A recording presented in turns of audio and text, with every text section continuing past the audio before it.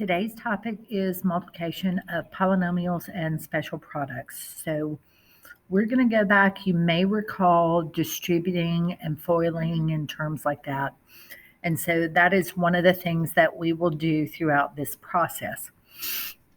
So to multiply polynomials together, you're going to use the associative and commutative properties to group coefficients and like bases. Simplify the result by using your property of exponents. So when we look at example 1 and 2, it looks very similar to something that we have done in the past. And so what we're going to do is we're going to multiply. We should be thinking, I'm going to multiply 1 times 5. Those are the coefficients. And then I'm going to group my b to the 4th and b to the 5th together. So 1 times 5 is 5. And the rule for exponents, when you multiply like bases, you add the exponents. So we get b to the 9th. Here I have a monomial times a monomial. So what I should do is think 4 times negative 1. I should be thinking a squared times a to the 4th. And I should be thinking b times b to the 7th. Now, that doesn't mean that you have to write all that down. If you can keep it all straight in your head, that's fine. But your final answer should be negative 4. Add your exponents. 2 plus 4 is 6, and 1 plus 7 is 8. And that would be your final answer for number 2. Now, you may or may not remember the distributive property, but to multiply polynomials together, we can use the distributive property. So we're going to take A and we're going to distribute it here and here. Now, some people actually create a box. And they put their A here, and they'll put their B and their C here. So A times B is AB, and A times C is AC. It's like the Punnett squares that you have done maybe in a science class before. And so that's how some people do that. That's fine if you want to do it that way, but most people do just regular distributing. So for examples 3 and 4, we are going to take 4xy and we're going to multiply it to all 3 terms that are inside the group. So 2 times 4 is 8. X times x, you add the exponents and end up with x squared. Y times y, add the exponents, you end up with y squared. 4 times negative 3 is negative 12. X times x, add the exponents, you get x squared. Since it does not have a y, we don't have any exponents to add for y's. And then when I go to the last, 4 times 6 is 24. X doesn't have anything to get multiplied by, but the y times the y produces a y squared when you add the exponents. Now, when I look at these 3 terms, none of these terms have anything in common, so that would be my final answer. Now, you can distribute from the back of a problem just like you can the front. So I'm going to take my negative 5j and I'm going to distribute it to negative 3j squared. So negative times negative is positive 15. J times j, add the exponents, gives you j to the 3rd. Then I'm going to do the same thing with the 4j. A 4 times negative 5 is negative 20. J times j, when you add the exponent, gives you square. And then do that with the negative 2. Negative 2 times negative 5 is positive 10j. None of these are like terms, so that would be your final answer. Now, when it comes to number 5 and number 6, some of you may think of this as foiling. Some of you have been taught to do the double distributing. So what I'm going to do is I'm going to foil. So I'm going to take B and I'm going to multiply it times the first term in the second group and then the second term in the second group. So B times B produces B squared. B times positive 6 produces positive 6b. Now, I'm going to do the same thing with the second term of the first group, and I'm going to multiply the negative 4 and the b. and then I'm going to multiply the negative 4 and the 6. That gives me negative 24. Now, I have like terms in the middle, so I'm going to add those together. So b squared plus 2b minus 24. Now, some people use the box method, and I will show you the box method. Since I am multiplying 2 terms times 2 terms, I need 4 boxes. So I'm going to put a b and a negative 4 here, and a b and a positive 6 here. And then I'm going to multiply these 2 terms together, and that gives me b squared. I'm going to multiply these 2 terms together, that gives me 6b. And then I will take 4 and multiply it by b and get negative 4b, and 4 and multiply it by 6 and get negative 24. Now, normally the diagonal boxes you can add together, so I still get b squared plus 2b minus 24. Some people like organizing their thoughts in a box, and some people don't. If you do not like that, you just stick with your normal FOIL. So in number 6, I'm going to take 4p times p. That gives me 4p squared when I add my exponents. 4 times negative 2 gives me negative 8p. Take in my negative 3, that gives me negative 3p. And then I get positive 6. I can add these 2 terms in the middle, so my final outcome would be 4p squared minus 11p plus 6.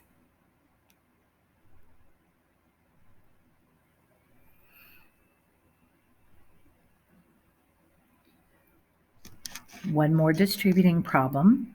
We're going to take 5a times 2a. That gives me 10a squared. 5a times 3b gives me 15ab. When I multiply here, I get negative 8ab, and I get negative 12b squared for the last group. I can add the 2 terms in the middle because they are both ab's, so I get 10a squared plus 7ab minus 12b squared. Now, in problem number 8, I am going to do that, but I'm going to have to extend it because I have 2 terms times 3 terms. So I'm going to take my 2a over, and that gives me 8a to the third when you add the exponents. Multiply, you get 12. Add up your exponents. Multiply, you get 18a. Do the same thing with the negative 3. So I've got negative 3 times 4, which is negative 12a squared, minus 18a, minus 27. So when I go to combine like terms, I do not have any other cubes. My 12a squared and my negative 12a squared will cancel. My 18a and my negative 18a will cancel, and I end up with negative 27. So that would be my final answer.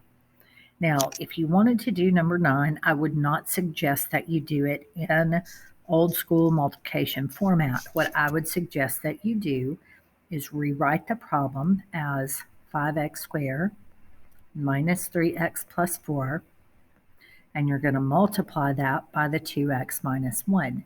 Now, I can distribute from the back just as easily as I can the front. So I'm going to take 2x, multiply it. So I get 10, add my exponents, multiply, I get negative 6, but I'm going to add those exponents, multiply. Then I'm going to take negative 1 and do the same thing. So that changes to negative 5x squared, positive 3x, and negative 4.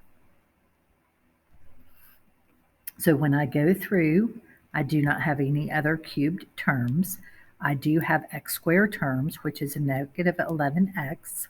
If I add 8x and 3x, I get 11x minus 4. And that would be my final answer. Now, in the next section, we're going to talk about special products, which is difference of squares and perfect square trinomials. So when you have the sum and difference of the same two terms, they are called conjugates. So in the first example, 2x minus 7 and 2x plus 7 are conjugates. Notice that the 2x, the first term is the same. It's the second term that changes. Just like in the second set of examples, I have 4 plus 5x and 4 minus 5x. They are conjugates. If I had 3x squared minus 6, the conjugate to that would be 3x squared plus 6. Notice the first term didn't change. It's the second part of the binomial that changes signs.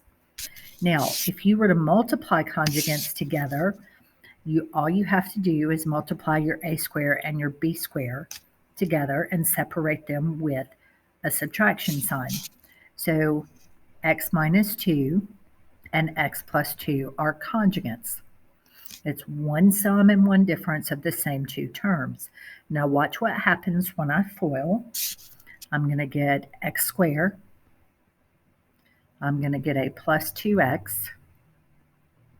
I will get a negative 2x. And I will get a negative 4. And if you notice, the 2x and the negative 2x cancel. So I'm left with x squared minus 4.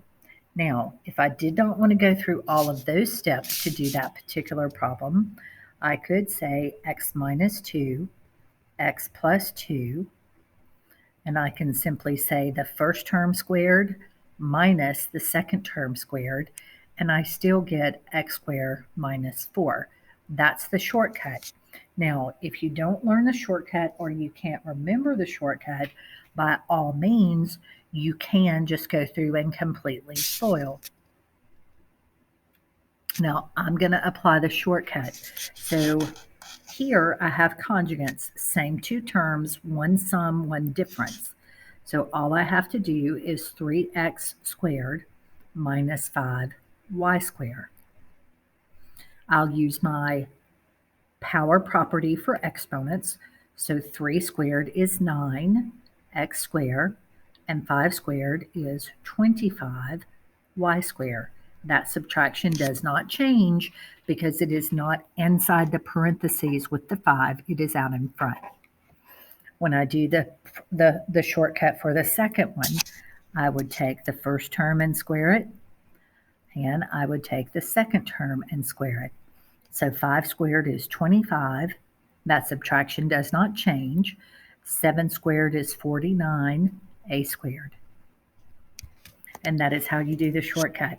If you don't want to learn the shortcut, it only works for conjugates, then go right ahead and FOIL it completely out. You will still come up with the same answer. Now, I'm going to scroll past here, and we are going to talk a little bit about the second special case, which is squaring a binomial. So when you square a binomial, when you have 2x squared minus 5 squared, that actually means that you're going to take 2x minus 5 and write it down twice and FOIL it completely out. So that would be 4x squared minus 10x with another minus 10x, and then a plus 25 at the end. Notice that the two terms in the middle are exactly the same. Every single time you square a binomial, the two middle terms will always be the same. So I'm going to add those together, and that gives me 4x squared minus 20x plus 25. Now, they give you a formula for a shortcut. I find it easier just to go ahead and full FOIL these and try, instead of trying to remember too many shortcuts, because sometimes we get those shortcuts confused. The major thing that you need to do is you need to remember that square means to write down c minus 5 twice and FOIL it. So that gives me c squared I get negative 5c, and then I get another negative 5c, and I get a positive 25. Now, that does not cancel. These two do not cancel. So my final answer, and I'm sorry because I wrote a little bit too large for this one, is c squared minus 10c plus 25. That would be my final answer. I do have two middle terms and they are exactly the same. So I'm going to skip this one. We're going to go over and do this one. So we're going to do 3 minus 5g and 3 minus 5g. These are not conjugates because they are both the same sign. A conjugate means one of these parentheses would be a sum of 3 and 5g, and the other would be a difference. But both of these are the same thing. They are both differences, so I have to completely FOIL. So that's 3 times 3 is 9. Then I get negative 15g when I multiply. I get a second negative 15g, and then I get a positive 25g squared. Now, these are the same. They do not cancel. So I get 9 minus 30g plus 25g squared. The last problem says to evaluate by working the parentheses first. So in this case, we would have 2 squared, and that would be 4. So unless you have a variable, I would not write that down. This is strictly numbers, so order of operations, please excuse my dear Aunt Sally, would work. If you have any questions or any concerns, please feel free to let me know.